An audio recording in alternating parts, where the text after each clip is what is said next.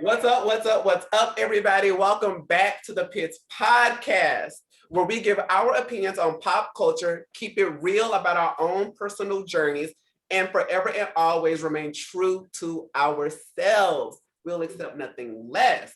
With that being said, this is a safe space for you, but not your mess, including our own. Okay? So let's just jump right into it. Let's get into the pits this week. We're going to start off and say we apologize that we did not upload anything for you last Wednesday. Baby, we had some technical difficulties. We recorded a bomb-ass episode for y'all, and Zoom said what you will not and what you shan't not do is properly recorded and uploaded. They always hate him. So this time, we're going to try to maneuver through that and let us get it popping. And just keep in mind, we are always respectfully with the shit. So if we get into your mess, don't be offended. It's just our opinions.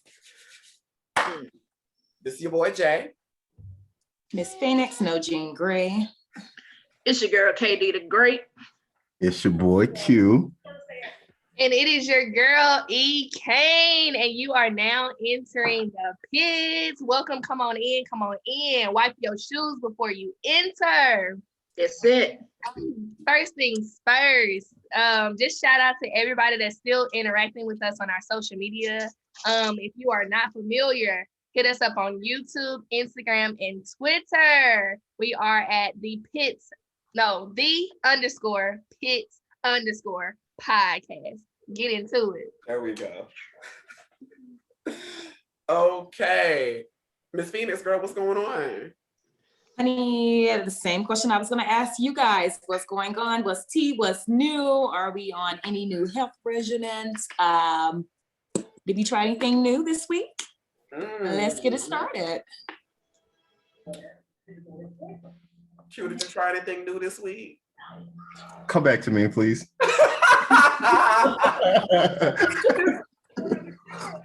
Well, I did, guys. I got on some roller skates yesterday at night, so no one could see me fall. I face planted like 3 times. It's okay. Your girl got right back up. We fall down, but we get up, honey. Period. Come on, Donnie. We fall down. We get up. Yes. Shoot, everything is good over here in the Turner Hood, just wrapping up these last 12 days of school left. Woo! Summer me down. Summer me now. I don't think well, yes, girl, there are things new popping up over here, but I'll let the people know about that when it's time to let the people know about that. That's it. Yes, lots of new exciting things going on over here. Life is good. The glow is good. It's giving Naomi Campbell shiny face realness, and I live for it. So, yes, life is good. Honestly, was slacking on the health regimen this week because it was 3 days. I did not go do my usual hike because I just wasn't in the spirit. But yesterday I got up at 5 o'clock, honey, did what the girl had to do. It was everything for me. So things are good. KD, girl. KD the Great. That's it. Nothing really, just, working on my travel business, trying to upload some new stuff for the people. If y'all want to, y'all can go ahead and go follow me on Facebook at roundtrip_travel23. And I got you for your travel needs. Y'all know it's summer. Y'all ain't abiding by no CDC rules anyway, girl. So go on ahead over there and book y'all a flight, book y'all a staycation, a vacation, a vacation, whatever it is you got going on, because what your hoes is not doing is wearing your mask and social distancing. So you might as well go and support our girl in the process. That's it. With that being said, honey, what are we talking about this week? Well, this week we're gonna go ahead and talk about the affecting of parents, the parents affecting us as adults. How did it affect us, like their parents? Okay, I like the sound of that, but I guess before we jump right into that, girl, let's get into these folks' mess. All right, let's do that. Let's get into these folks' mess. Okay. This may be a little old for some. Again, we're supposed to record last Wednesday, so y'all hosts keep that. Come up with a name for this segment, though. We do need a name for the segment. You got something for us? No, I don't. I'm just saying. When you figure it out, let us know. You know what? In the meantime, we're going to jump into next. I'm sure everyone has been hearing about this Shekinah tiny business that's been floating around. See, this is what happens when you speak up loud and proud and you stand up in somebody else's business that doesn't pertain to you. And then they don't give you the feedback that you thought you were going to get, and now you are upset. See, this is what happens when you do not mind the business that pays you. I'm going to try to read through what these girls have been said, but it's real ghetto and it's real Banji and it's real Atlanta. So bear with me while I try to make it English. Okay, Shekinah.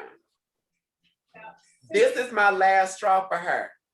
When I made that comment about her, she was in the room with me. She the one telling me what to say. Then when all y'all in America come for me, my own supposed to be my friend, let y'all take me down. So what mama is really trying to say is that Tiny told her what to say. Tiny was in the room with her when she released her PSA about the business that did not pay her. When she was on live? She was on live. She was on live. She's saying after all of America came for her, which girl is a reach, it's a stretch, that Tiny did not have her back. Okay, Shekinah continued. She let the world tear me up. I done did your hair for free. Girl, we're done with that, girl. Honestly, the wigs you be laying really don't be giving what they're supposed to be giving. So we'll just... I was about to no hate on nobody's business, girl. Y'all go down there and get y'all hair done by Shekinah, but don't tell her your business. But no, I remember an episode where her and Tiny, they was trying to put straws in a hairdryer so it can go into people's head. I'm guessing so the heat can shoot like right to them spots in the head instead of, you know. So basically what you're saying, it was giving very unprofessional. I don't know. I don't know. It feels like scab. Okay. I don't know. She continues, I done kissed your motherfucking ass. You done took all my old friends. Now they your best friends. All y'all gotta do is pay attention. The gag is, mama, we don't gotta pay attention. You have to pay attention. How you let a friend take all your old friends and now they're not your friends no more? Now I'm questioning you, mama, because can't nobody take my friends from me. Right. Nah. Take my friends. That's like saying she took my man. No, girl, they left, girl. It was greener on the other side. Right. Voluntarily. That's the real tea. I mean, That's the real tea. So of course, Tiny had to respond. Tiny says, why do I have to lie? It's not like what she said helped me in any way. True, made it worse. I'm too old for this shiz I eat to be beefing with a friend on social media. But then here we are, girl. We know all y'all business because of social media. This is some attention-seeking shiz I eat, trying to keep it respectful. We have children in the home this evening. She always do. You guys would never know we wasn't speaking or any of this was going on if it wasn't for her emotional ass. There were other people in the room when she said what she said, if we really need to prove who is lying. My thing is, baby, what's going on in y'all house is supposed to be in y'all house. Y'all got the feds knocking on y'all door. Why are y'all roasting each other in front of us? Girl, it's too late. She said what she said and the feds came knocking. Okay? She talk about, I ain't even know that Sabrina girl. Well, girl, you knew it when you made that press release. So now you don't know her. Not you proving her case, saying that you really don't know what's going on. So true defamation, not you admitting to what's wrong. Girl, Somebody should have been in your corner like, girl, shut up. Just shut up and be quiet and be still. Now you in trouble with them. What happened? Like, to just shutting the fuck up though. Like, that's Right. what I'm trying to see. Right. Because you already got in trouble. Sabrina already got what she needed the first live you made it. The first live. She got everything kicked off from that live. Like, you gave her everything she needed then. Them girls, they knew what they was doing. I helped them. Mama, you did what now? Oh, you helped us. Okay, girl, that's all we needed to know. Keep talking. And Sabrina lawyers lit her ass up. And now she coming back, she's trying to apologize, but still while apologizing, she's still talking too much. Shut You up. deny nothing. You proving them that you were a witness. So these things did happen. I witnessed them. But Sabrina, you don't know what you're talking about. Make it make sense. So which one is it? Did you witness it or do you not know her? Like, what storyline were you going with? Days of Our Lives have better storylines with this bitch, and Lily die every 2 weeks and come back. So the soap operas have a character die every month, and them hoes come back from death. Don't they? That made more sense than this. What is going on in Atlanta? Honey, your show's canceled. Girl, they got y'all all sitting on ice, hiatus. It's giving a lot. But we'll see. I'm telling you, when SWV getting Escape's ass tonight, I know for a fact they're gonna ask Tiny about what's going on in her house. And I can't wait for Coco to be real messy. Because y'all know Think she gonna be there? Because you know Probably not gonna be there. She's gonna be there. I saw a little live that Candy did, and she was in the room with her to pick out songs. So Candy gonna be there? Oh, embarrassed. hopefully all of them gonna be there. Will the mics be on is the question. It's Candy's group. Why wouldn't You Candy? know Coco's mic gonna be on. It's Candy's group. Why wouldn't Candy be there? I know who mic gonna be on. Is it when she's trying to remove herself? Who? Candy, but it's for her group. Oh, Candy. I mean, ain't gonna talk about it. She gonna be there because she all about her coin. She ain't gonna miss a bag. Never going to miss a bag. Okay, that's one thing we do know about Candy Burris. She's not going to miss a bag at all. Now, will her mic be on? Yes. Will she be just outright singing? No. Her mic not to be on. Will it crack? Yes. You know that Real Housewives of Atlanta. Oh, that she was giving. I don't need that. I don't need that. She should have stopped. Honey,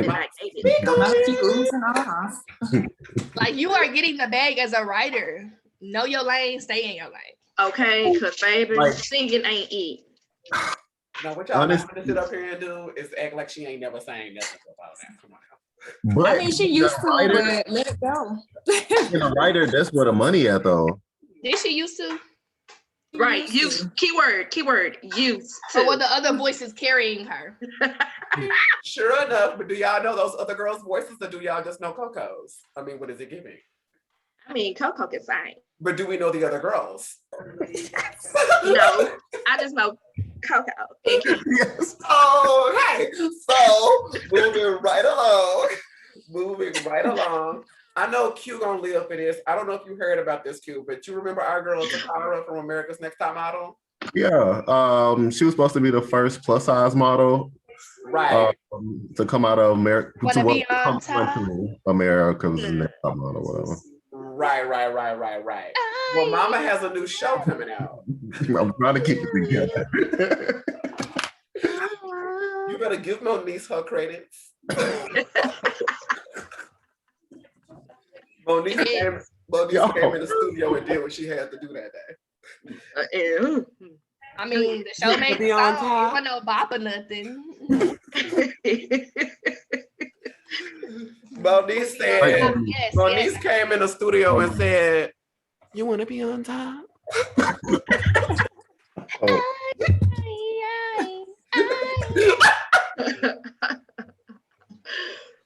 Yes, she does.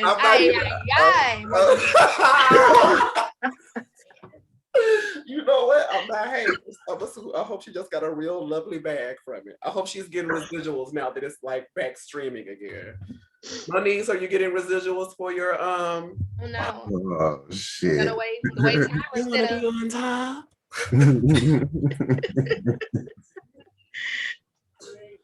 I like most. Woo! Okay. I just Anyway, understand how she got Brandy coaching her and we still ain't got a bop yet. I need to understand.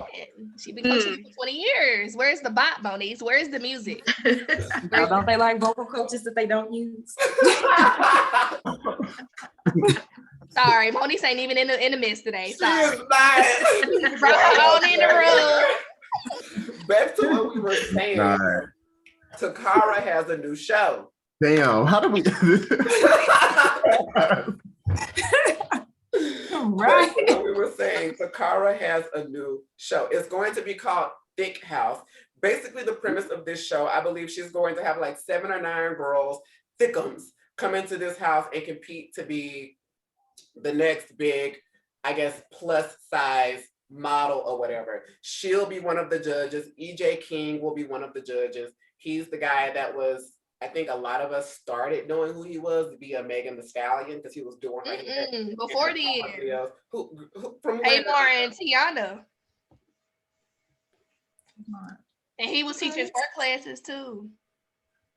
Cause he was on Nellyville. He was featured on Nellyville. Nelly, remember Nelly had that show on BET or whatever? Oh, girl. Only thing I remember about Nelly and BET is he got Uncut shut down. Listen, right? about Which, EJ before which is he a classic. He worked with Tiana. He worked with Tamar. He was on Tamar's show, The Braxtons, quite a few times. I don't know nothing about what you're talking about. I just know Tip Drill was a classic. That's all I'm trying to I say. did not watch Tamar's show because I did not want to see her do her Was it the To Catch a Not To Catch a Predator? No. Right. She was catching bad hairdressers, wasn't she? I'm talking about her reality she show. was Tamar catching and Vince. bad But she was catching the hairdressers on there. She was. Okay. Anyways, Takara. So back to Takara. Can we please give Takara her respect and her dues? And give her a proper situation. Takara got a show coming out. Okay, apparently it's going to be presented by the Shade Room, which is but also Takara Get Your Coins. I figured something was coming because she's been real present on her social media lately, doing all the things and being very active. EJ's been with her. Mm-hmm. I'm excited for this for her. Am I going to watch? I most likely will not watch. But I support the girls doing her thing, trying to find America's next victims model. I wonder if they're going to be able to use any of the ANTM like music, or is she going to throw any like plugs back to there, or is Tyra got that on lock? Anywho's, moving on to the next topic. Well, never mind. Move on. Have y'all heard of this show called Baddies ATL? No. Listen, I went and watched the trailer after you said something about it last week. What is it giving? It's giving trying to bring Bad Girls Club back. Like, we ain't matured, we ain't grown. I did see some growth in Tanisha. Like, she was really trying to or remove whatever. herself from the. But Lord, what are we doing? Okay, if y'all don't know, Baddies ATL is the first incarnation of a reality TV show series with several cast members from Oxygen's Bad Girls Club series. It will premiere on May 16th, so soon. Of course, it's on the Zeus network because Zeus is paying the girls $100 to come down there to their studios and act a complete fool. Now, the cast is going to be Megan James. Some may know her from Basketball Wives. Of course, Tanisha's going to be there. Natalie Nunn is going to be there. And I'm just like, girl.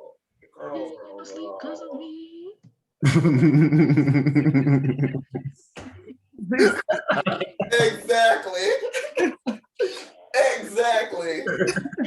Janelle Shanks, who I do not know, and Sarah Oliver, who I also do not know. Basically, from the preview that I saw. Wait, Sarah is the white girl, ain't it? Sarah's the white girl. Yeah, Sarah's the white girl who had the notebook, who was in the club taking down names. I remember that season. She was writing down names in the club. Well, baby, Sarah Like done had some dudes work her done with her homegirls hot was mess. talking to. Right, had a whole notepad.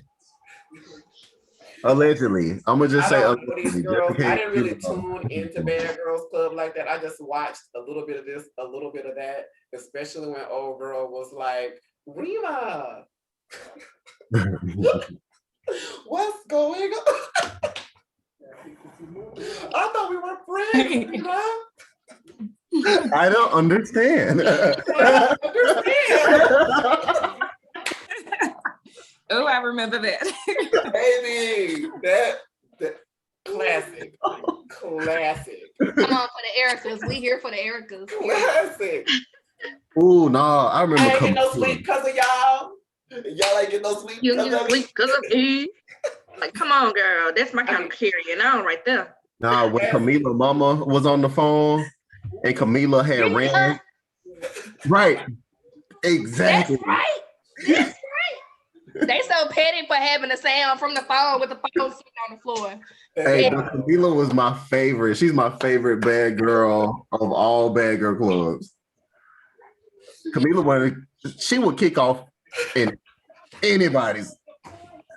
Didn't For care. no reason. It's just giving the ghetto. It's giving hood. I mean, again, supporting the girls getting their bag. But baby, can we just give some growth? Y'all really finna be 40 years old with kids sitting up on these people's Oh yeah. fighting each other for a slight bag. It's just not giving for me. But Right. you know, get it how you live. They got famous by fighting. I guess they said this is my lane. So let me stick in my lane. Honestly, I'm gonna need a whole reality TV refresher, reboot. I'm tired of the Atlanta Housewives fighting, arguing about the same shit they've been fighting, arguing about since season 2. Like, girl, y'all not friends. We get it. Kenya, we get it. These girls don't like you. We get it, girl. Period. But do we need another 17 episodes, another 17 seasons of y'all not getting along? I mean, it's just like what Tammy said when Tammy left. It is what it is. Like we keep going through the same cycle. And you see Tammy left, and now she got her new Fox Soul show. She do. So It's I mean, not she still giving got it. Bonnet Chronicles. She's still selling her bonnets. So you know, Selling her bonnets. She's Bonnets, acting honey. in all the things. right? Everything, acting, still doing like whatever, still getting deals. So Because you get too old for certain stuff. Like, it's just Right. Like Evelyn, girl, you ain't tired, girl. Well, Let it she go. is tired because they tried to pick on OG. And when they felt that OG was going to really haul off in their ass, now everybody is scared of OG. Mhm. I think it was her crying that she's not. Oh, she's so aggressive. She's so aggressive. Girl, not You the one jumping over tables. Victim card. Girl, Right. not You the one throwing bottles? Like, Let's what not are you play talking about? Like, come on. And OG ain't do nothing but use her words. She ain't touch nobody. I still live for the Ocho Cinco wanted me. But Ocho Cinco wanted me. And pulled up the receipts. Mm, They did. mm. The gag is girl, you was throwing about quiet as it's quip. You was getting away with a lot of iffy shit, girl, for a long time. Throw a bottle at OG. I guarantee you, Shani is not going to be able to single-handedly hold her back. No. But she knew who to try though. She ain't never tried Malaysia. She ain't never. She tried OG, but she really wasn't going for it. She tried her, but she tried her as a group. Mm-hmm. She didn't try her. Mm-hmm. Like if she would have got up and all that whoop-de-woo like she used to do Jen to OG, Oh. Whew. things would have been very different. And I think they know that. And I think Shani was like, oh, it's aggressive. Every time we see her, she wants to fight. Well, girl, you should be used to that, girl. Every time Evelyn was around, Right. she wanted to fight. When The whole show. The whole show, girl. Wasn't Tammy always ready to knuck and buck? Taking off her shoes. Rightfully so, though. She Right, I mean, true. So OG started the mess and always pulled the mess from somewhere. Mhm. Tammy was always defensive with her, so I'm gonna give her the benefit of the doubt. Okay, so Evelyn was always the aggressor. She was the instigator. She was just messy. Very, very messy. Yeah, just And messy. trying to pick on the girls, and the girls wouldn't let her do it because of seniority in the workplace. OG and Tammy was like, well, girl, not over here. Not over here. And I'm for that. But I'm just ready for a whole shakeup of reality TV. I do feel like it has to come eventually. Like, I do like the Huntsville show, whatever they got going down in Huntsville. Oh, Love and Marriage. It's Yeah. messy, but they're not trying to fight each other. Like, it's messy. Right. Wanda is very, very, very messy. But theirs is like family stuff. It's not beef between friends and you always ready to bang. It's real life family. Right. Like, everybody got that mother-in-law that they just can't stand. You know, it's giving real like black family, but realness. Like it ain't too. Yes. I want more of that energy because I'm over the whole scenario. Let's get 7 girls together that don't like each other and make them hoes go eat dinner together. Because the Bell Collective can stay at season 1. We don't need that. Ooh, okay, moving right along. We're going to go off into. I'm just saying. Honestly, I don't know what that was. I don't know what that is. Because Jackson didn't ask for that. I'm just saying. what Jackson is that? Jackson is worse than that. But we didn't need y'all to shed a light on this nationally. Like we don't need to see Jackson in it. Like every city is worse than that shit. I'm just saying, like you. Never mind. Never mind. What was the benefit? I'm trying to figure out what we're doing. I understand the message, but what we're doing is for TV, or are we really trying to rebuild the community? Because it still looks the same. I'm sorry. Okay, Carrie, next topic. I'm not going to read. There we go. Today. I'm not going to read Jackson, Mississippi today. I mean, it's home. We got to do better. We got to call each other out on stuff like that. Like, y'all want to have this reality show. Y'all want to come down here and show how great we are. But, like, really, what are we doing? Are we doing this for show, or are you really trying to do something? Because we need it. They trying to get some steam, they trying to get some energy, they trying to get some producers behind them, and maybe the money of the show will trickle into the actual surrounding community. And we're just gonna move right along, and we're just we have money, it just doesn't go to the community. Check Drake bank account. Call your mayor. Get him on the phone. Somebody go dig Frank up because we need help. Okay. Oh, dig Frank up. Somebody revive him. We need Frank back. Dude. I'm trying to have the mayor not call Q House. Jesus be some new roads. My God. Digging my car out of potholes. Right. Police officers, roads, water systems. We need it all. What y'all about to get is a rent increase. But that's what You're already doing that, honey. Rent increase, no water, no lights. But the rent better be on time. Okay. Like I ain't even lived here. I can't even live here. I can't wash my behind. I can't even see. And you want me to pay rent? I ain't even been here. I've been living with family. What's up? We're gonna increase your rent, but boil your water. Oh my God. Hey, boil your water. You ain't got no lights unless you got a gas stove. I'm really passionate about this Bell Collective. Okay. Oh no, we talking about Jackson now. We talking about Sorry. Okay, have y'all heard about Caitlyn Jenner running for governor? So where do you want to start? From the beginning. Okay, so let's start from white privilege. Hey, girl, you just pretended like nothing happened because we know how you do. So this white privilege of yours, and you've had it in several different ways. Before you transitioned, you had the white male privilege. You were the star athlete. You were the celebrity. You know, in your former persona, Bruce Jenner, like you had that white male experience. And then you transitioned into who you saw yourself who you identified as, Caitlyn. I support you living your life as who you feel. Exactly. Right. Like, you did that. That's okay. That's fine.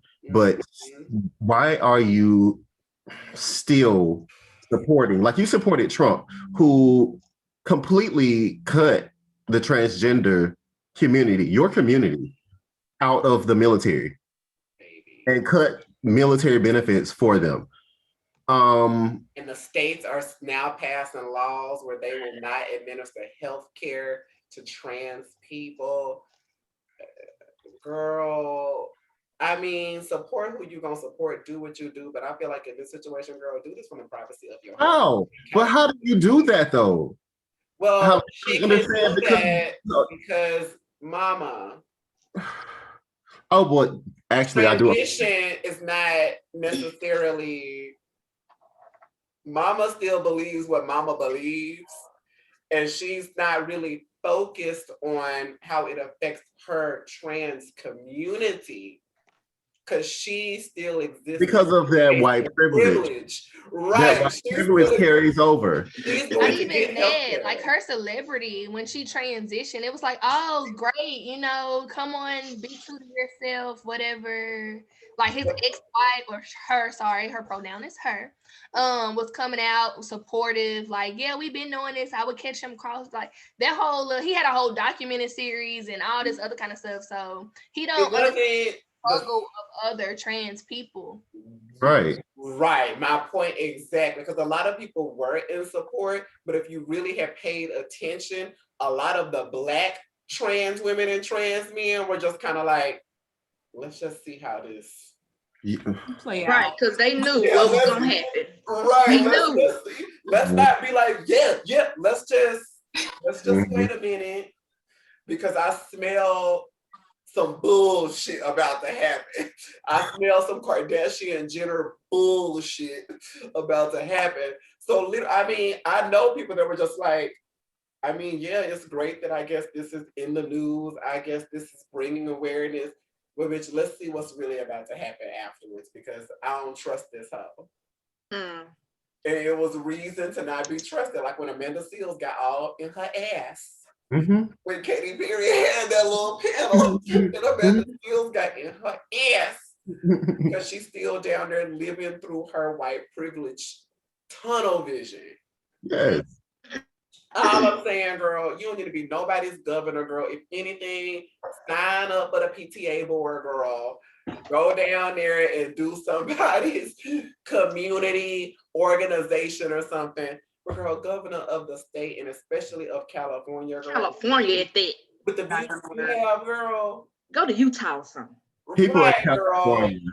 As a matter of fact, girl, prior to this, you can move to Wyoming with Kanye. But anywho, that's good. Let's not throw Kanye into this, because you know I'm rooting for his mental health after dealing with them folks. I'm rooting for his mental health, but what you not have to do is go down there and steal them people's Roman statues, honey, and bring that back over here. That is what he did not have to do, because I believe it, and I believe Kim had nothing to do with that. Oh, y'all heard? I feel Kim did it. What happened? He smuggled Roman statues back to the U.S. That sounds like some Kanye. It was Kim. Kim don't care about no fucking Roman statues. She care about a bag and she care about publicity. Not like that. Mama care about because a statue. Roman statues. A statue. And they probably stole it from us anyway. The Romans stole the statues from us, but that's besides the point. The point is he smuggled them hoes back to America on some exorcism shit. Well, they let him do it. Y'all remember the first exorcism where they smuggled them Greek statues back, and next thing you know, homegirl was in the room talking about them, fuck me!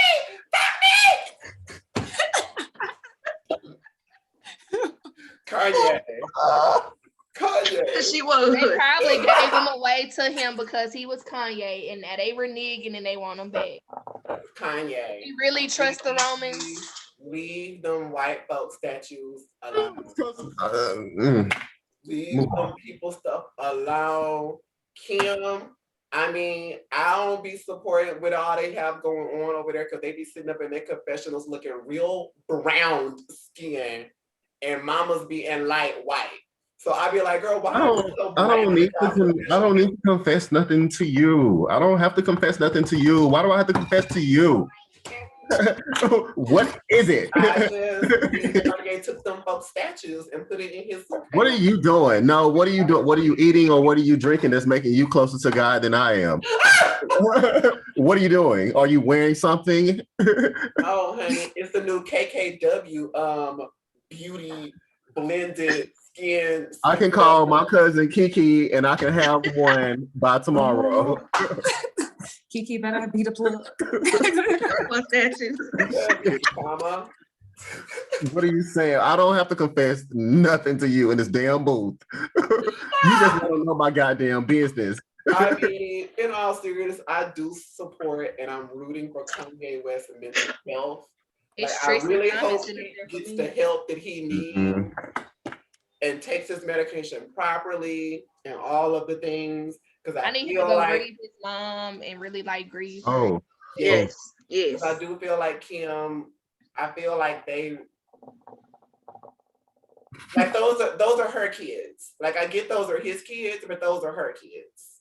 I feel like mama's gonna have majority custody, and I Yes. feel like But I think it's only because of his mental health, and I don't know. it is. I'm struggling with seeing her as a Mom. mom, a supportive, like a mom of biracial children. Like I feel like, I mean, they already appropriate so much, and I'm like, I don't know. I'm just questioning it. I mean, I feel like she's a good. I'm not gonna question her mothering skills because the children are beautiful, and I do feel like they have access to a lot of things. Now, whether her one-on-one parenting, we can't speak for, but I'm not gonna say that the children are in jeopardy. Now, will they grow in up? danger or nothing. Will they grow up with a Black experience? Probably not. No. But whose fault is that? Because I'm not really sure Kanye was over there rah-rahing Black community aesthetics as well. Because He Mama probably wasn't. is still in Roman statues. So I'm not really sure. And down with Trump, but whatever. Right. So I'm not really sure about any of that. I just wish the children the best. That's all. I just Ooh, honey, I'm gonna keep my opinion to myself. Speaking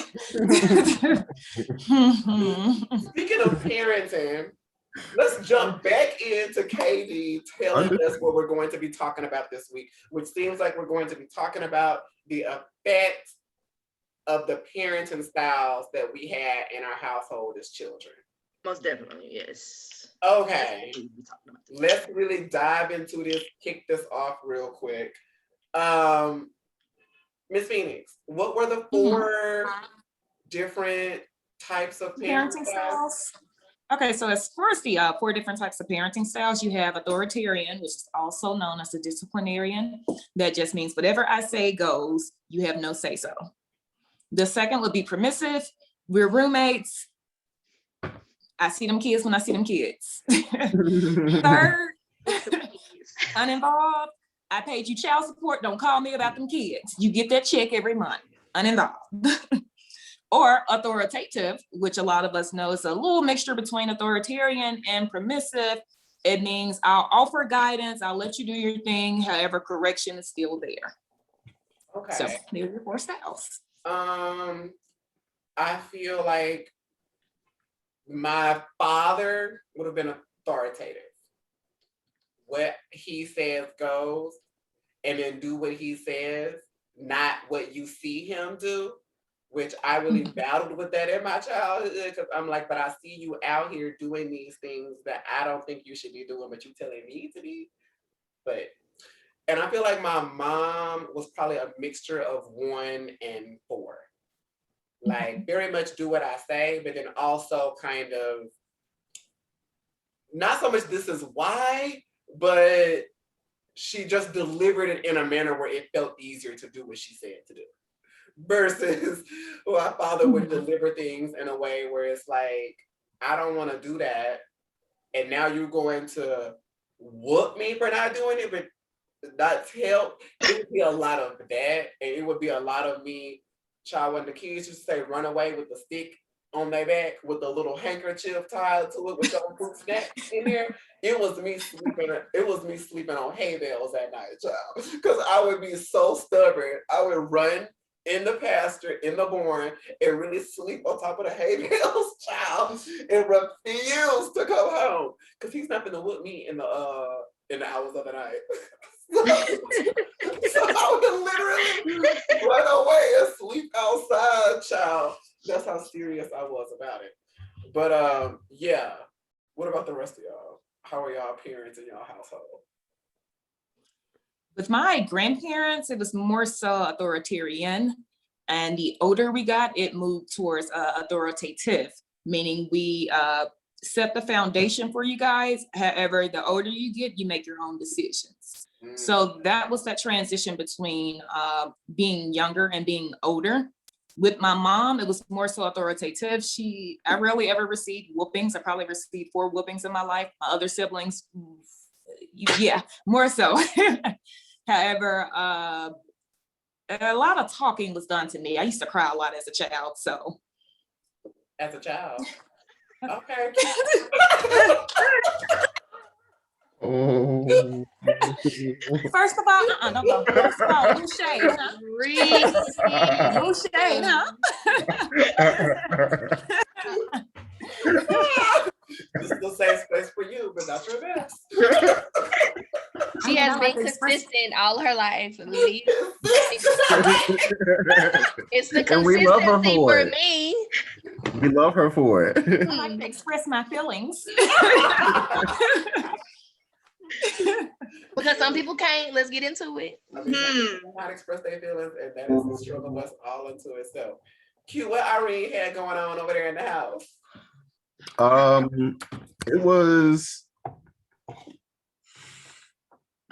Johnny, Jaquel is my son. hold on. Not yours. Very much giving. That was a fun I day. would say her and my dad had like an equal footing. But me and my brother, we knew who to ask for what though. Yeah, that is key. But you know, we actually perfected it because we had a household of like my mom worked, my dad worked, and both of them, it's almost like they competed with each other to see, you know, who could make the most. And that's my type of competition. right. And so like, although they worked games and stuff, like they would come sometimes, and then when they would come when they could, I would say with that. Right. Because other than that, if they wasn't there, like it wasn't like they was at home, nothing like that. They was working. Right. So I guess I grew up in that working household. And as far as doing what we wanted, my dad, we would have to go to him. Because our mama, if she had it her way, she would keep us locked up in the house where she know we was. And so, not locked in the attic. So the thing was, you know, we get our homework done when we was younger. We get our homework done, you know, we do everything, make sure we clean up our room, did what we need to do, cleaned up whatever in the house she wanted us to do, because she taught us to dust, vacuum, Wait. all of this at an early age. You used to clean? Yes. And now you resent that, so now you don't clean. I probably do. Touch it. I probably do resent. Touch a mop. Like I probably do resent shady palm trees today for me. I probably do. I do. I refuse. I refuse to do Y'all it. didn't been Makes sense. Man. place before, child. Y'all know what it is. And it's like, you know, if I just need a complete overhaul or to just, you know, if I'm just like, okay, fuck it, I can't think, then I'll do it. But other than that, you know, I'm ordering a fucking maid to do it. And I love them for it. I love them for it. Thank you for that, you know, for that service. I really appreciate it. That's so funny you say that. I don't remember if it was in a previous episode or if it was a FaceTime with the rest of us. I remember us having this conversation and being like, Q is the type of nigga that if his house got too dirty, he would either call a maid to do it or just throw everything away and buy everything. Good. He literally said that. Like, I think he just throwing away his whole furniture set and being like, I'm just gonna buy something new. Honestly, that's what I did when I left Hattiesburg. I didn't move shit home. I got on Craigslist and I said everything must go. And the people came and they bought out my fucking apartment. So yes. It's the living in I'm your not truth. moving shit. I'm not doing it. It's the living in your truth for me. No labor. Kane, what's going on over there? Because I know you had a childhood, honey. I mean, I was primarily raised by my mom. Like my dad was in and out, you know, present but not present, if that makes sense. But I feel like my mom, just giving a little history of my mom, she grew up in a very Kojic Pentecostal background, very, very churchy, like had to wear skirts unless she was playing basketball up until high school. So her seeing that and having to be at church all the time, like she would give me and my brother freedom, but it was also, so it was like a mixture of 1 and 4. It was like, okay, this is what you need to do. Like as far as when it came to babies or anything that was gonna alter our lifestyles completely, it was authoritative. I think, is that number 1 was authoritative? Like authoritarian. Yeah, we can swap it out for disciplinarian. Okay, disciplinarian. Oh, like, it was point blank, non-negotiables when it came to stuff like that. But and I'm sorry, the boys are back here having they like. Well, they have energy, let them be. But she was also number 4. Like the older I got, it started being more of number 4. Like she would tell me why I shouldn't do something and tell me what's gonna happen if you do this. And it was my choice, gave me the choice, like, hey, okay, you can choose what you're gonna do, but just know this how I'm coming behind it. And like some of those choices I made, and she came real hard behind it. Because me and my mom, we used to bang, Lord Jesus, we really used to bang. Like my mom swear. we fought one time, and I learned to stop trying to try my mama. And mostly it was words and attitude, but we banged one time. Child, but you better than me. Huh? You better than me, because my brother tried to bang my father one time, and my daddy picked him up by his throat up against the wall, child. He was Thanos. And I said, my brother is double my size. So I said, what I shan't not do is that, but this mouth is lethal. Yeah, the mouth was going around the close. It was that day. You know, she had just pushed me too far one day, and I tried it, and it was more of a reflex because she like pushed me, and it was a reflex. So I pushed her back, and then it just kind of went from there. Yeah, y'all know that prom I couldn't come. I think I went to the reservoir or whatever after prom. And I wasn't there. Yeah, that's what happened. But now it all makes sense. Yep. Oh, wow. It was definitely authoritarian. Yep. But I understood, like she always told me like how her childhood was and made me understand like how much freedom I had and what she couldn't do and things like that. Which I did appreciate. Like I said, we banged and I didn't understand it when I was younger. And I do wish like it was more so explanations behind it. Like she tried to protect me. Like she would tell me not to do stuff, or she would tell me like certain uncles or older cousins who not to hang around with, but she never gave me a reason why. And now that I'm older, like I understand because we had those conversations because I'm older, but I feel like I should have had more child appropriate explanations given to me because I had a lot of question marks. And you know, our kids are curious. So if I have those question marks, you're going to try something to try to figure out, you know what I'm saying, what it is. Like reach out to your older siblings and all they can do is share their experience with you, which may not always be the best thing. However, it's the best that they know. Yes. So how a lot of my questions were answered through my older siblings, and yeah, I didn't get that from my brother. My brother was real, like he liked to be to himself anyway, so he wasn't messing with no family, he wasn't messing with nothing like that. So I feel that hard. You know. KP, what you got going on? I'm with E. Kane. I'm most definitely with E. Kane. Mama didn't play that shit. Mama didn't play that shit. My daddy, he just, hey, you can do whatever, basically. He really didn't raise his voice too much at me. He didn't whoop me. I got whooped one time, and that was about it. From him. My mama, yeah. You got my ass in the world. Yeah. Hey girl. Yes, her. But we best friends now. That's my best friend. That's my best friend now. See, I envy that a little bit because I feel like all of y'all, from my experiences listening to y'all talk or how y'all interact, like how y'all mamas know each other. Because as y'all know from like our origin story episode, they kind of grew up together-ish. I did not with them. But like y'all all have a very like that friend-ish relationship with y'all parents now. And I just I do not like I do not. I mean, I could probably have that relationship with my mom in all honesty. I probably could. But it's the package of it for me that keeps me a little like reserved in that aspect.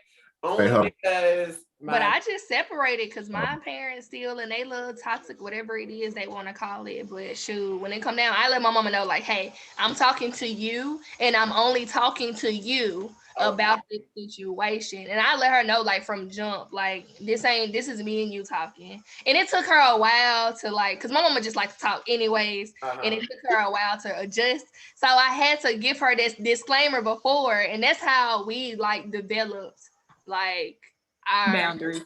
our boundaries and stuff. Because I used to didn't talk to my mom about nothing. We didn't talk about relationships. We didn't talk about nothing. Like I didn't go to ask her no questions or nothing. Like, I got it from my friends because I didn't feel comfortable enough to discuss that with my mom. Yes. But now that I'm older and she tells me more about, like I asked her questions about her childhood so I can understand more of who she is as a woman.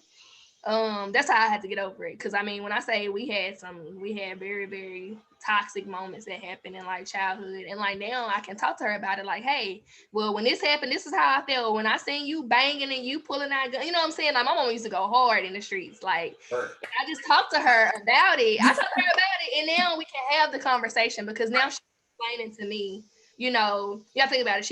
Your mom, like young mother starting off, like it was so many things that they had to adapt to. That they know how to adapt to, and they just now, my mom was 50, she's just now coming into her own womanhood or herself as herself because her kids know. So I feel like my mom is doing the same thing. I think my mom's a little old. If your mom's 50, my mom's a little older than your mom. But my mom got married. She was a child, in all honesty. Like looking back on it, I'm like, child, you hadn't even had no real life experiences yet and already like married and then almost immediately parenthood. So like the first sibling really got the brunt of two parents that didn't know how to parent, weren't prepared to do any parenting and still had a lot of personal growth to go through. So she really got it when it came to like a toxic environment. And honestly, it trickled on through. I'm the youngest, and I'm like 10 years after my nearest sibling. So the teachings and the world was just so much different. Like I had a cell phone in high school that my siblings didn't have that. If a boy or a girl wanted to call and talk to them, they had to call the house and go through my parents to get to them.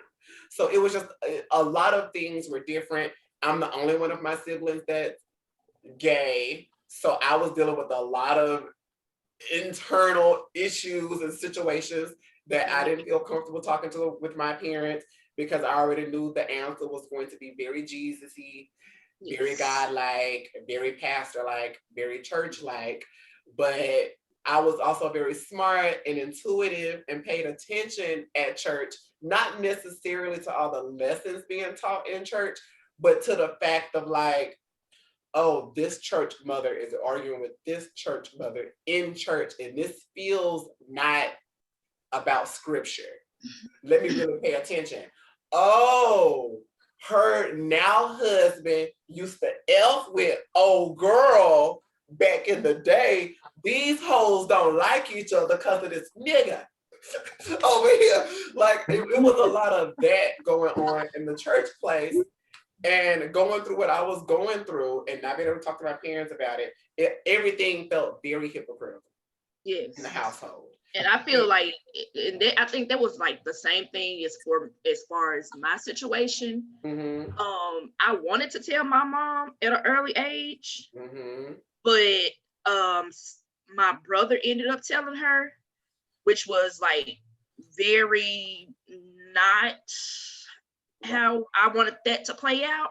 Right. But I did tell her one day, I was like, I think I like girls because I look at them. And it was, what you want me to do? You want me to go get you get you like just going off. Like, right. I'm trying to come to you as your child and talk to you about what I am feeling. So that made me like be standoffish to even telling you anything.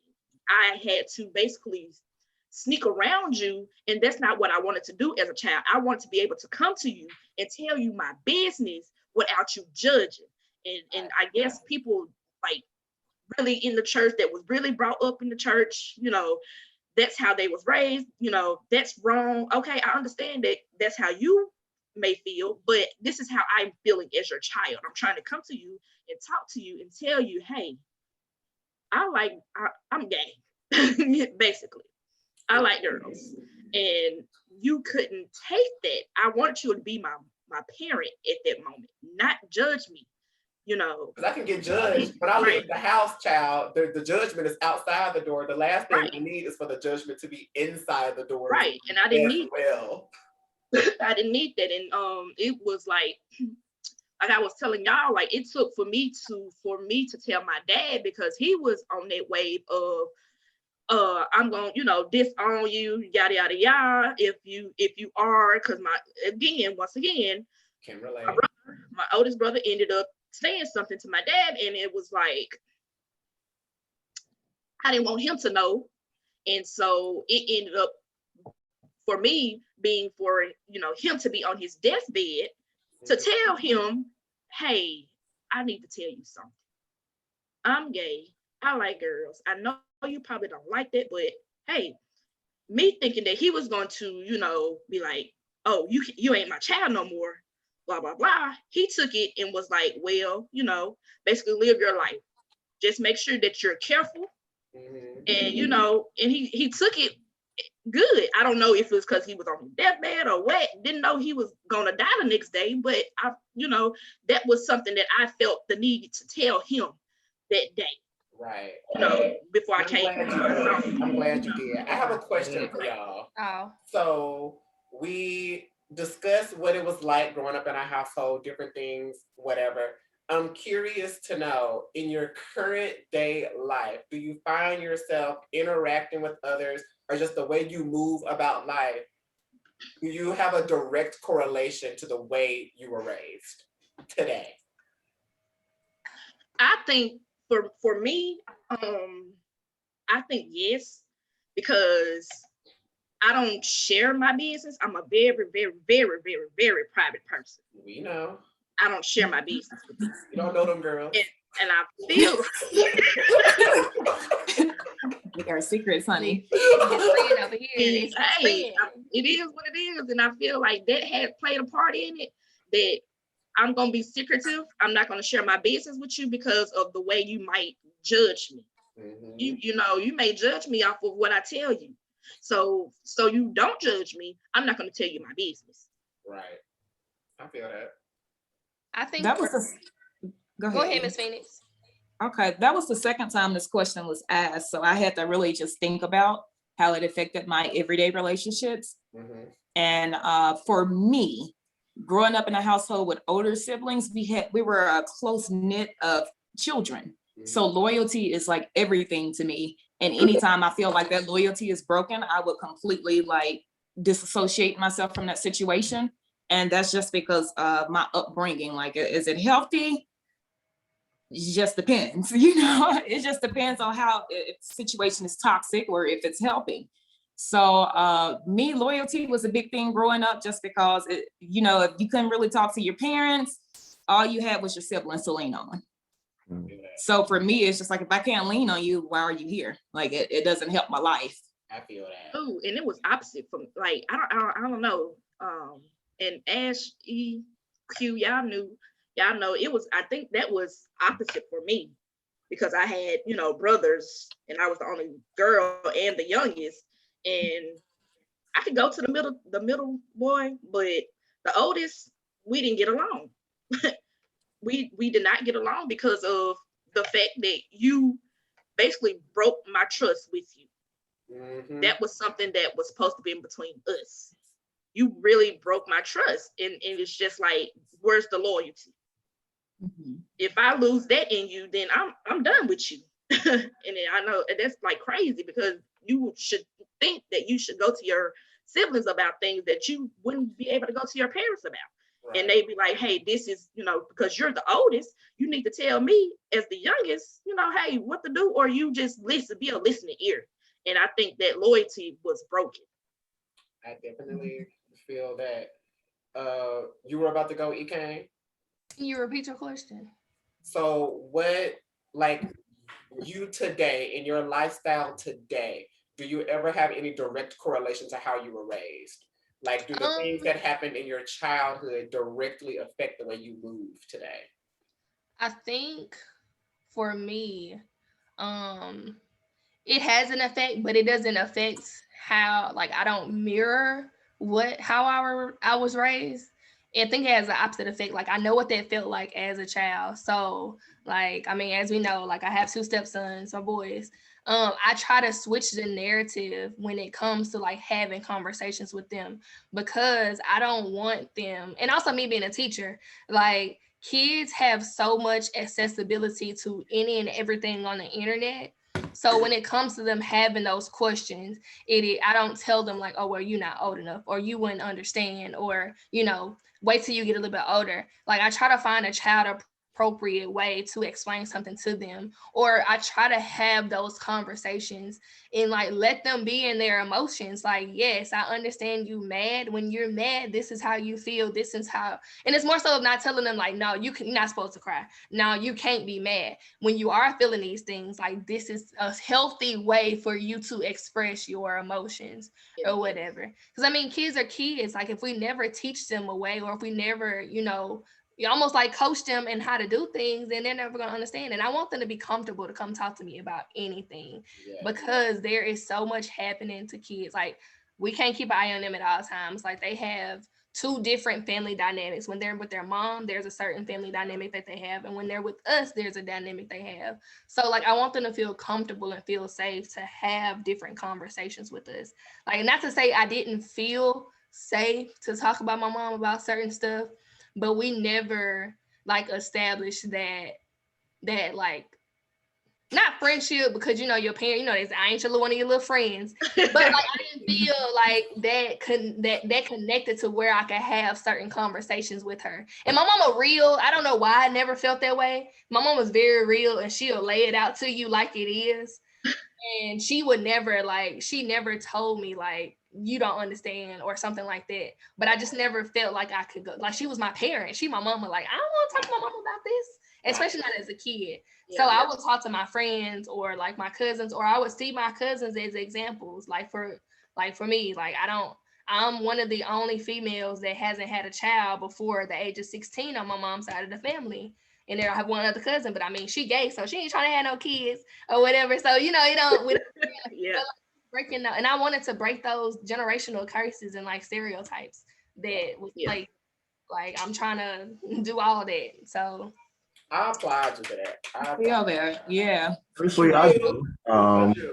Because that's basically my story, honestly, of my parents. Because my mom divorced her first husband, my biological father, John. I had to be like maybe 3 or 4. I don't know. But there was a period of when like it was just me, my mom, and my brother. And I can remember because of the situation, because of the circumstances, and because of the things that were going on between her and John, like he would break into the apartment and break into the safe and steal money out of the safe. Um, he would steal checks. So she wouldn't have a way to pay bills.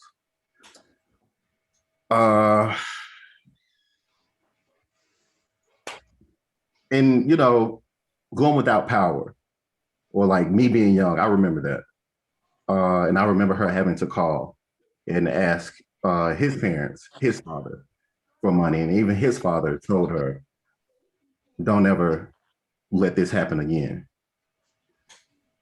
And her dad told her, you know, like, don't let this happen. Like, you know, he steal money this time, like, you know, all of that. You don't have money to pay rent. You don't have money to do this and do that. So it was a period of time where me and my brother, I remember, my mom would wake us up and we would go with her to her job because, you know, of course, she didn't have it to pay anybody to keep us. And she didn't want to leave us with his parents or put us on her parents. So her being the mother that she was, we would go and we thought it was normal as kids. She would make a pallet under her desk at Baptist Hospital and we would like sleep and her boss let her do that. And I still remember it was an older white guy and he would even walk us to the parking lot, to the car to make sure we got there safe. That's cute. And so growing up, you know, remembering those nights and remembering that you see like these pathologists, like the people that I work with now. Like I just remember them as a kid, like looking from under that desk, you know, and all of those memories. And then meeting somebody, like what I'm saying is with Erica, it's kind of like the roles switched because it was the man I call dad now, being Gray, like legally my stepfather, but I consider that to be my dad because when he came into the picture, it's like he filled that role that I wanted John to be. And so it was good to have that. Like it was great to have that. I was blessed to have him come in and fill that father role. Because honestly, that just changed everything. Because my mom having that mate, that partner, you know, who makes her happy. And then he makes me and my brother happy. And so we all in sync and them being able to go on and, you know, have this marriage, have this life, raise us, do all of that. It made all the difference in the world. Because the start, it wasn't pretty. And, you know, I really don't tell people that because it's a lot more that goes into it. It was, it was rough and it was dark, but being able to come out of that and know what it feels like, that's a feeling that you can't just, I guess, take for granted or whatever. So I guess what you're doing right now, your role, like, yo, you're doing it right.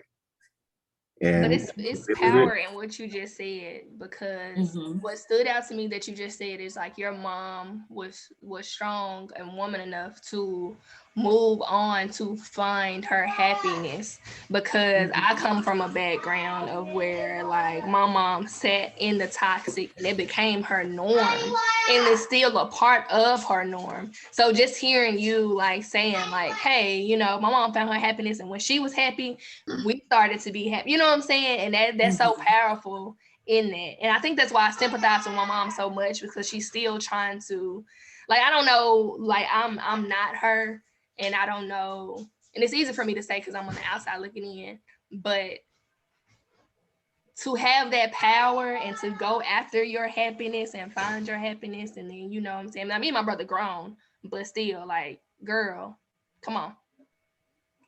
See, Get out. I relate I relate to that, E.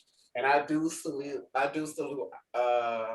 Irene for having the courage and the willpower to step into a place of, I can see that this is not for me, and this is not fostering me or my child or my children.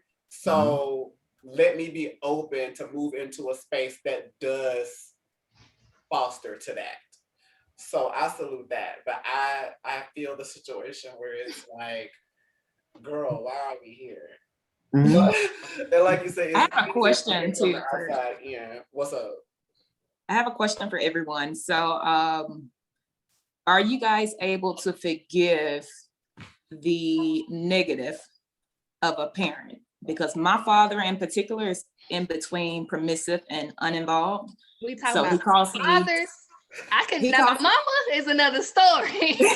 We talking about both parents. Which one you want to tackle? Well, Cause my parents are still together. I was raised in a household where I always had both parents, and they're still married and they still live in the same house. And I actually have this conversation every time me and my sister talk. We kind of have this back and forth dialogue about it.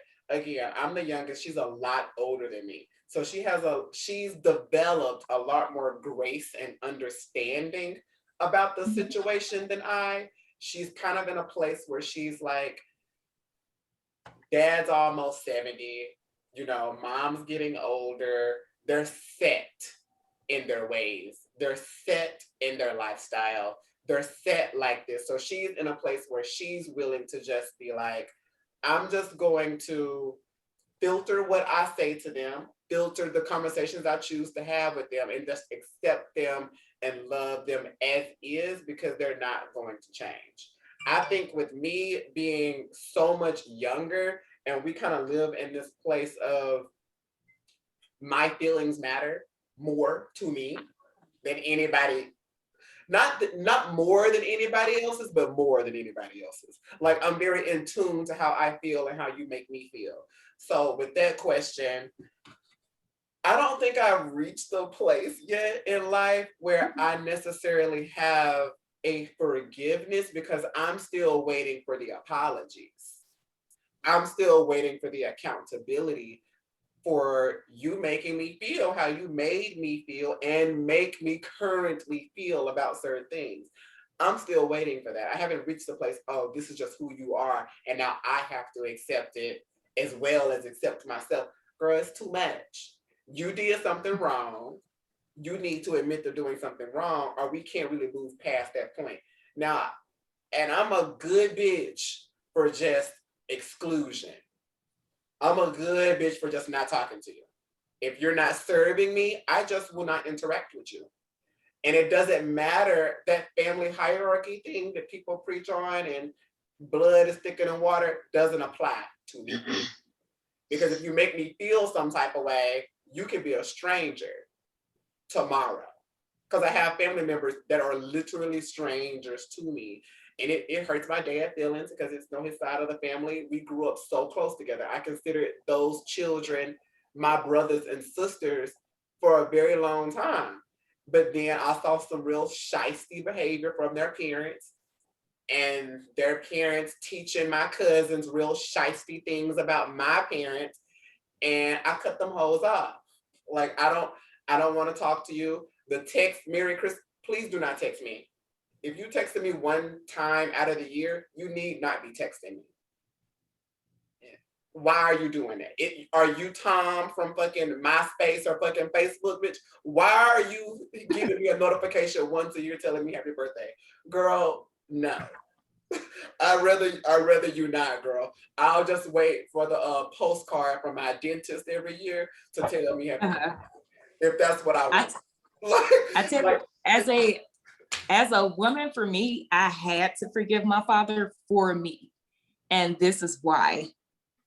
If I would have harbored all of that hate, that would have been my perception of Black men. Fair. So with me forgiving, I was able to focus on the good Black men in my life as, for example, my 5 brothers, my uncle, my grandfather, you 2 guys that are on the show. I had to forgive him to be able to love you guys genuinely and not feel like every Black man behaves in this manner. So it's just like, you see a person, you love them for who they are, and you establish those boundaries. It doesn't mean we're going to be on the phone every day. It doesn't mean that whatever you're doing in your life, I'm going to judge you about. Is that this is what this person has done. So let me not take these traits and stick it on everyone who has the same characteristics as this man. I had to. I feel that. I'm good at, what is it, Carmen? I'm good at separating. I'm good at separating all those different things. I can look at somebody and just look at them for their person, but then also look at them and be like, you got some work to do. And until you do it, I'm not accepting your shit. Like, I'm not accepting because you say you accept me, but what you really are doing is tolerating me. And now as an adult, I can feel the difference. Yes. Like my mom accepts me because when she calls, she asks about my husband. She asks about our life as a unit because that is what the hell it is. Now, when someone else's calls, they ignore that part of my life even exists. And I know for a lot of children, LGBTQ plus, that's enough for them. The being tolerated sometimes is enough because intolerance could be harmful physically and mentally to them. I'm not that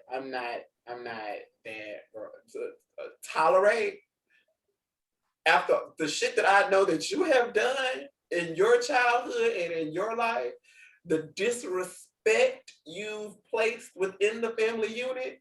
Oh, no. You have no power here. Yes, no power here. I think for me, like I definitely had to forgive my mom. I had to forgive my mom for staying. Because even at like 6, 7, mom, like, why are you still married? Like, you need, like, I begged my mom to get a divorce at that young of an age. Like, because we used to like pick up and move. Like, it was a lot of times I was staying in Jackson. My mama would drive me to Clinton on Summer Hill, drop me off at the bus stop so I can catch the bus to go to school.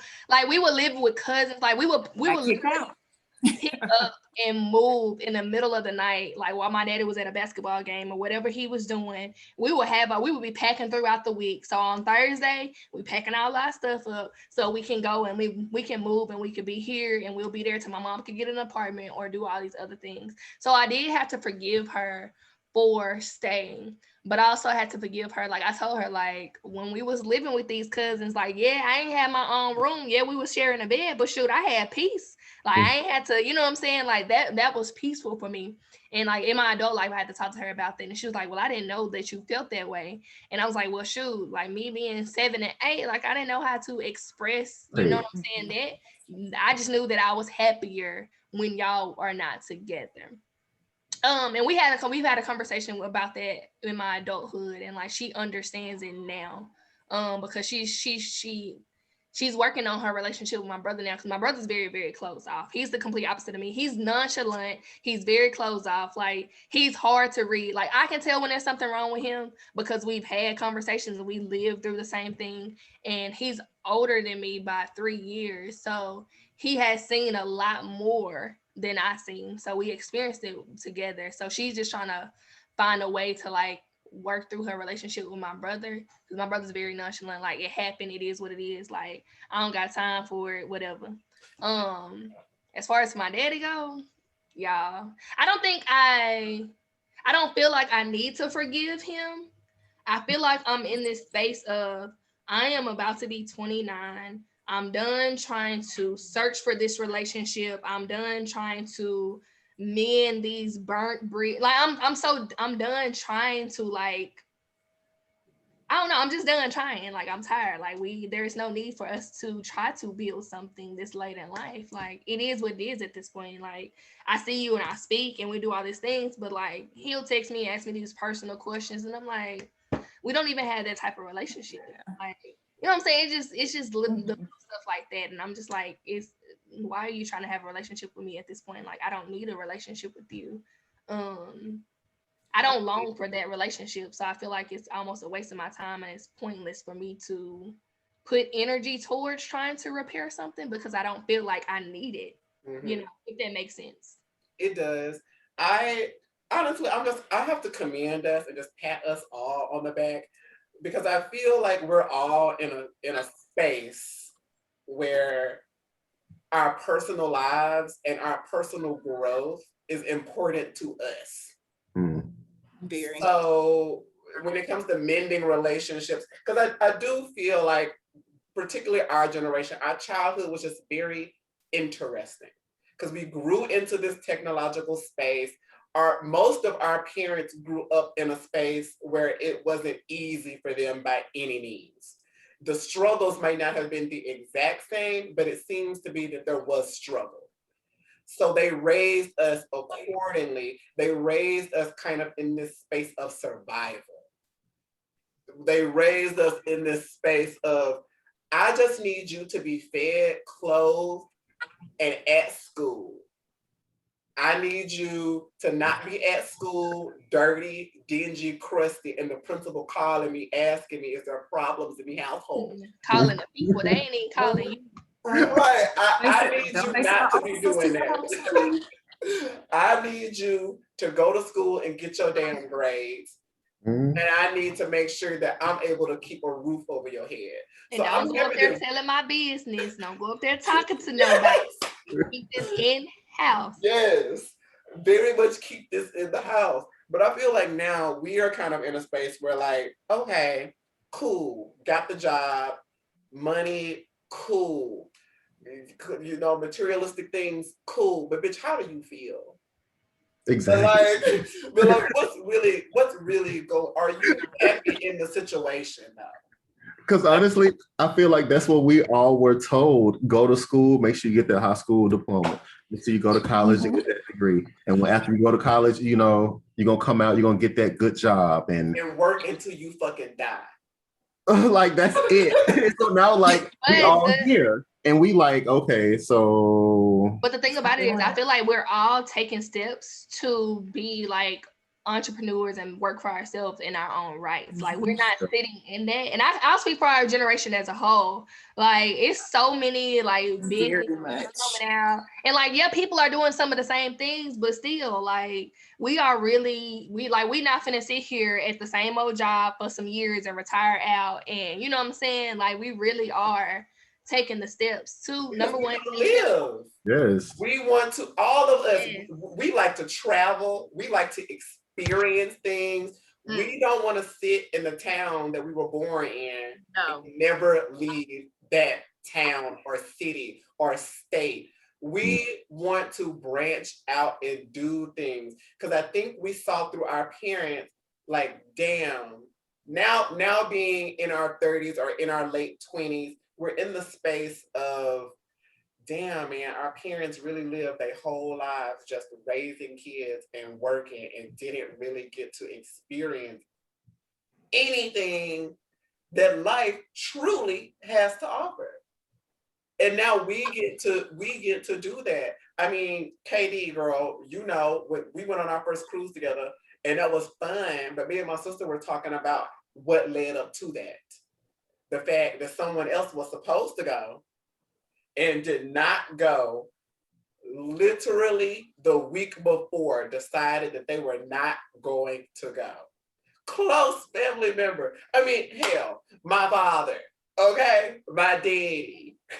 Literally, me and my husband at the time, boyfriend, had planned this trip to go on this cruise, has spent all this money, had all our cards on file. And I don't know if anybody ever been on no cruise before. I feel the majority of us have.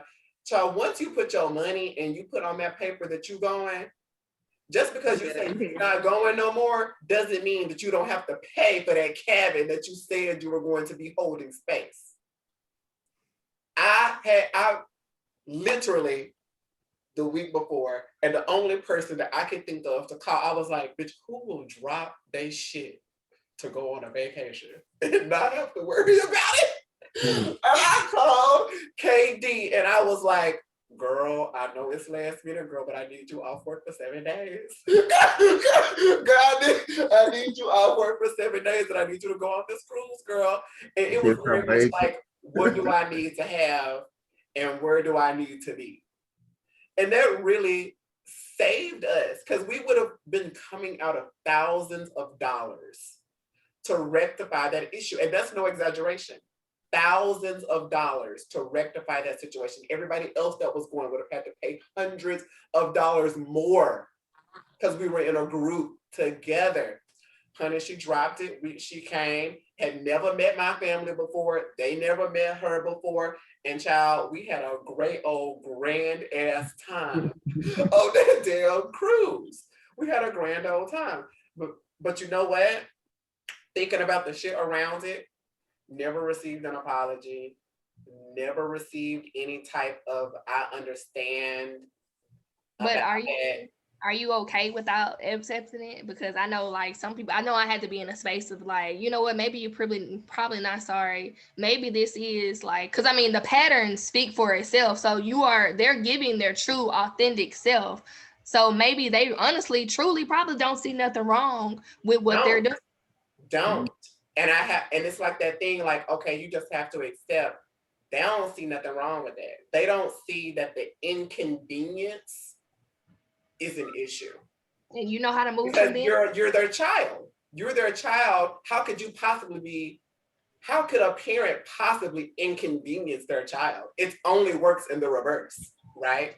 It's only the child that inconveniences the parents. Bitch, I didn't put the money that you had told me to go and work for and earn my own money so you don't have to help me. That money.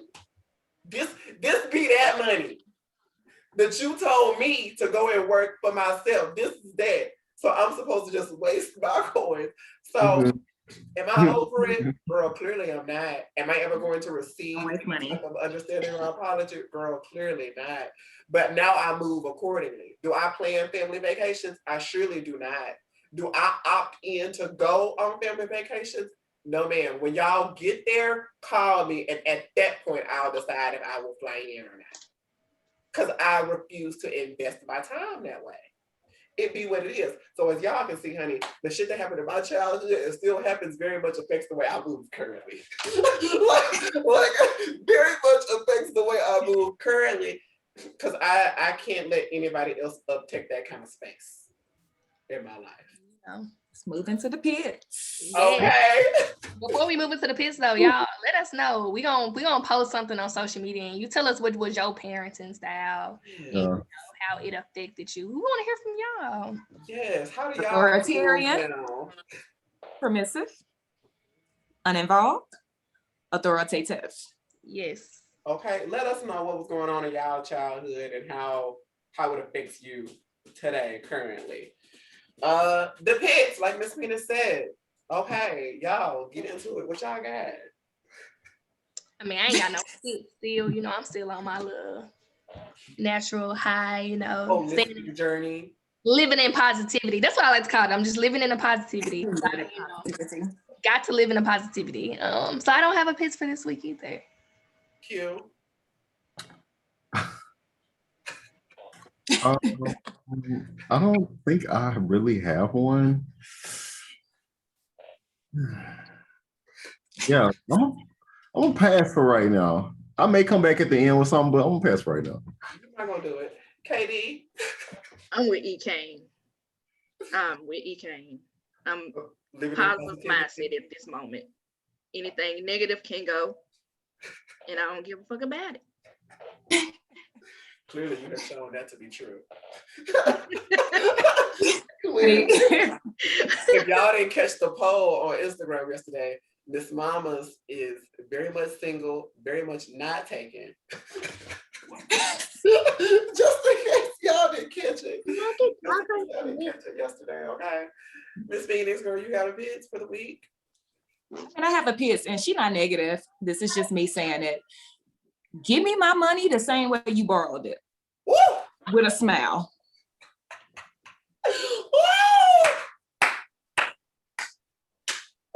One more time for the people. To that. For the people in the She back. said what she said. She said what she said. Jay, you got one for us this week? I felt that in my spirit.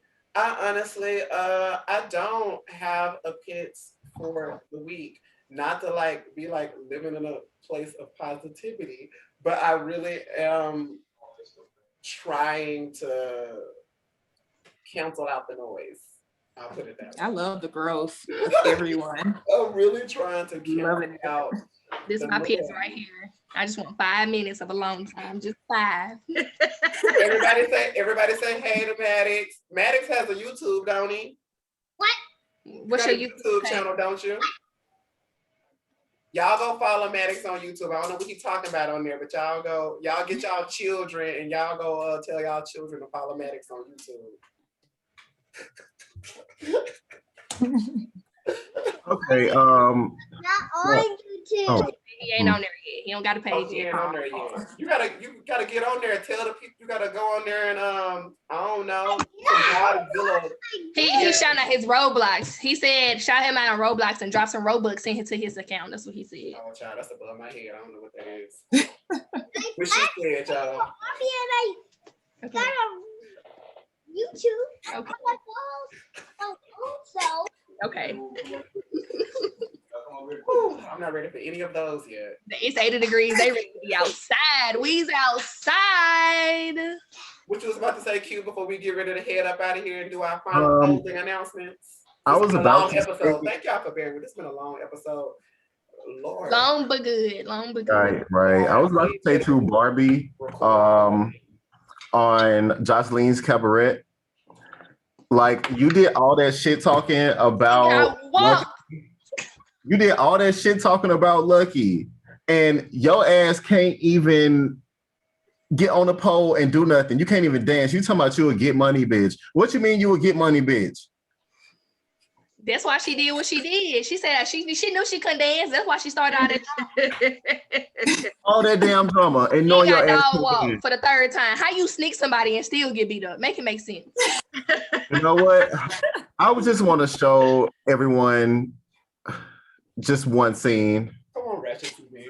Tricks ain't bad. Ask for nothing more. I don't know. Y'all ladies are gonna really make it hard on me to pick who's gonna make this cabaret because the first 3, shit, I think y'all dance even better than me. Okay, I'm really surprised. These girls actually got some rhythm. You know what I'm saying? Everybody doing their own little thing in their own little way. What's going next? We'll come back to you. You know I'm not a stripper. I'm a real money getter. I don't do the strip club shit. But this is not the strip club shit. This is Jocelyn's Cabaret. You can moonwalk to these dicks. Why the fuck you can't dance for Double homicide. I should pick a new bottom bitch. Like, I'm not about to do this shit. Like, for what? I don't care about nothing that you're doing, Barbie, because I know the reason why you're doing this, because you're trying to stall your performance, because you're scared, because you can't dance. And me and you outside of this shit, so I'm just trying to figure out, like, Get to it. what's up? What made her a bottom bitch? I'm confused. When did that decision get made? Oh, I'm glad about that. Listen, Let me know. I'll go get the leash. listen, ladies, look, I'm very close to, put your motherfucking shoes on, bitch, because you is not fighting. You're going to dance. I'm not Let me getting. see. Oh, you want me? Let me see how fun. We're not going to fight right now. That's not what we're going to do. I know once a bitch take your shoes off, that means it's time to fight. If y'all feel like y'all going to scramble tonight, I'm scrambling tonight. So we all going to fight. Everybody going to fight tonight. Fight Club. If y'all think y'all can take me down, then let's go there. But I'm in clock and feel y'all hoes. Straight up. I was gonna give Jocelyn a performance, you know, I was gonna give it my all, but then I was like, you know what, like, at this point, I done got knocked down, demoted, so I ain't performing. Talking about she ain't the bottom no more. That's why she don't want to dance. You don't know how to. Like basically, So she can't Barbie, dance. please go home, Barbie. You wasting everybody's time, Barbie. Go She home. looks wild. She knows the It is video. It's unseasoned. You just don't know how to dance. The camera is real shady for giving her that profile image. Like I didn't put the camera on her from the profile. They was real. every girl got up there and did their damn thing. But Barbie, She didn't understand. See, this goes into apply for the job that you can do. Apply for the position that you can do, for you get your ass in the workplace and they call you to the front to present your work. Well, I ain't no bottom bitch. You know, this ain't a show about tricking. Like, you supposed to be dancing, ma'am. How you? Well, come on now. Do not compare where you do not compete, Barbie. Okay. The show ain't compete with Miss Natural. Well, you know, we ain't gonna go there. I mean, she could have got up there and did a little swivel, a little sway, you know? Could she? Anyway. You know. You thought that white privilege was going to get her somewhere, and it got her nowhere. It did. She got dog walked for the third time. By Lucky. You kept trying Lucky. Walk out like a dog. Walk out like a dog. And that's why Lucky's the 90-some pounds, the smallest one on the show. Right. Giving you the work every single time. But it was the mother may I for me. It was may I. And just leave talking about. She was asking the street. Come on, proper. May I? With that being said, E. Kane, are you going to close us out, Grace? I will close us out. Yes, thank you guys so much for tuning into the Pits podcast this week. Don't forget to hit us up on YouTube, Instagram, Twitter at _Pits_podcast. You want to say hey? Hi. All right. With that being said, I want to leave you on this note. I left it on us last week, but you know, Zoom was doing what it was doing. So we ain't out here checking for no rumors. Matter of fact, go hear it again if you need clarification. Don't bring it to me without no receipts, and we're going to leave y'all at that. With that being said, we're out of here, y'all. Love y'all. Peace. Let's pray about this soon, okay? Oh, it's still up there. Okay.